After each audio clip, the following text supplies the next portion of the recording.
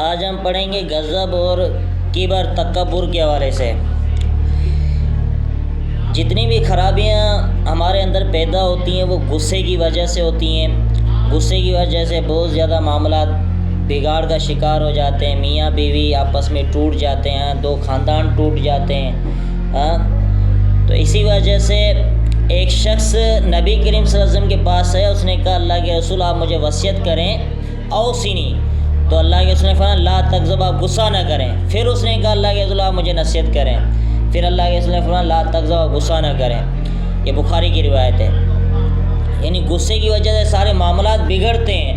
اگر غصے کے اندر بندہ نہیں ہوتا، نارمل ہوتا ہے، نرم مزاجی سے کام لیتا ہے تو معاملات سارے ٹھیک ہوتے ہیں۔ تو اسی وجہ سے اللہ کے رسول نے ایک شخص کو یہ نصیحت کی تھی آپ غصہ نہ کیا کریں، آپ کے سارے معاملات ٹھیک ہو جائیں گے۔ اسی طرح رسول اللہ صلی اللہ علیہ وسلم نے فرمایا لیس الشدید بالسرعۃ انما الشدید الذی یملک نفسہ عند الغضب، نہیں ہے پہلوان بچھاڑنے والا، صرف پہلوان وہ ہے جو اپنے نفس کے اوپر قابو رکھتا ہے غصے کے وقت۔ یہ صحیح بخاری مسلم کی روایت ہے۔ ہم یہ سمجھیں جو طاقتور ہے، جو دوسروں کو مارتا ہے وہ بڑا پہلوان ہے۔ اللہ کے رسول صلی اللہ علیہ وسلم نے فرمایا پہلوان وہ ہے جو اپنے غصے کو کنٹرول میں رکھے، جو غصے کو پی جائے، تو ایسا شخص پہلوان ہے جو اپنے نفس کے ساتھ لڑے، اندر کے شیطان سے لڑے، اپنے آپ کو قابو میں رکھے، تو ایسا شخص پہلوان ہے۔ اسی طرح حارثہ بن واب سے روایت ہے کہ رسول اللہ صلی اللہ علیہ وسلم نے فرمایا الا اخبرکم باہل الجنہ، کیا میں تمہیں خبر نہ دوں جنت والوں کی؟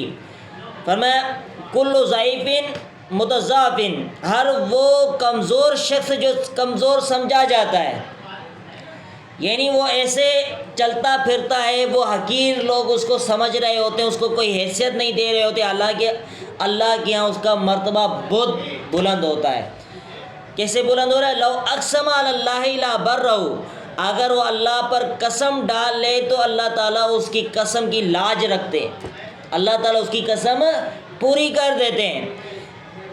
جس طرح ایک صحابی نے کہا تھا اللہ کے رسول میری بہن کے جو ہیں وہ دانت نہیں توڑے جائیں گے، کیونکہ اس نے کسی کے دانت توڑے تھے تو قصاص اب اس کے دانت بھی توڑے جانے تھے۔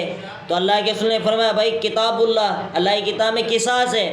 تو اس صحابی نے کیا کہا کہ اللہ کے رسول اللہ کی قسم میرے بہن کے دانت نہیں توڑے جائیں گے، تو اس نے قسم ڈال دی اللہ رب العالمین کے اوپر، تو اللہ رب العالمین نے اس کی قسم کی کیا کی لاج رکھی، اور اس کی بہن کے دانت نہیں توڑے گئے۔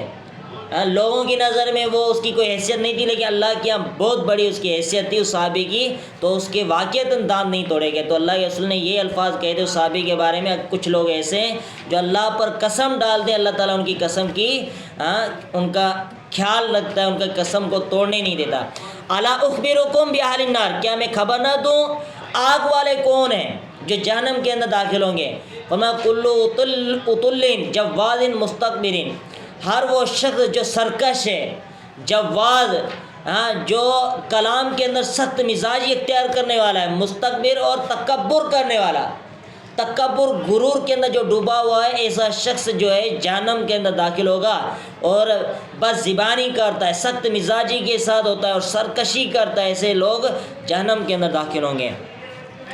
اسی طرح رسول اللہ صلی اللہ علیہ وسلم نے فرمایا لا يدخل النار، نہیں داخل ہوگا جہنم میں احد کو ایک فی قلبی مثقال حبۃ، جس کی دل میں رائی کے دانے کے برابر بھی من ایمان ہو، رائی کے دانے کے برابر بھی ایمان ہو، ایسا شخص جہنم میں داخل نہیں ہوگا۔ ولا يدخل الجنت، اور نہیں جنت میں داخل ہوگا احد ایسا شخص فی قلبہ، جس کی دل میں مثقال حبۃ من خردل من کبر، تکبر یعنی رائی کے دانے کے برابر بھی جس کی دل میں تکبر ہوگا، ایسا شخص جنت کے اندر داخل نہیں ہوگا۔ صحیح مسلم کی روایت ہے۔ یعنی اللہ رب العالمین کو تکبر بالکل پسند نہیں ہے۔ اللہ تعالیٰ فرمائے تکبر میری چادر ہے، تو اس کے اندر جو ہاتھ ڈالے گا میں اس کو جہنم کے اندر ڈال دوں گا۔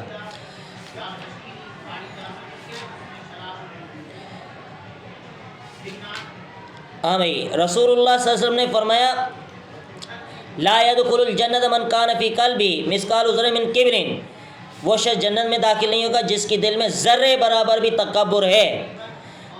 تو ایک آدمی نے کہا اللہ کے رسول ایک آدمی جو یحب پسند کرتا ہے یکون ثوب حسن کہ اس کے کپڑے اچھے ہوں، ہاں ونال حسن اور اس کے جوتے اچھے ہوں، یعنی کوئی شخص اپنے آپ کو اچھا بناتا ہے، کپڑے اچھے پہنتا ہے، جوتے اچھے پہنتا ہے، ہاں تو رسول اللہ صلی اللہ علیہ وسلم نے کیا فرمایا، ان اللہ تعالیٰ جمیل، بے شک اللہ تعالیٰ خوبصورت، یحب الجمال اور خوبصورتی کو پسند کرتا ہے۔ تکبر کیا ہے؟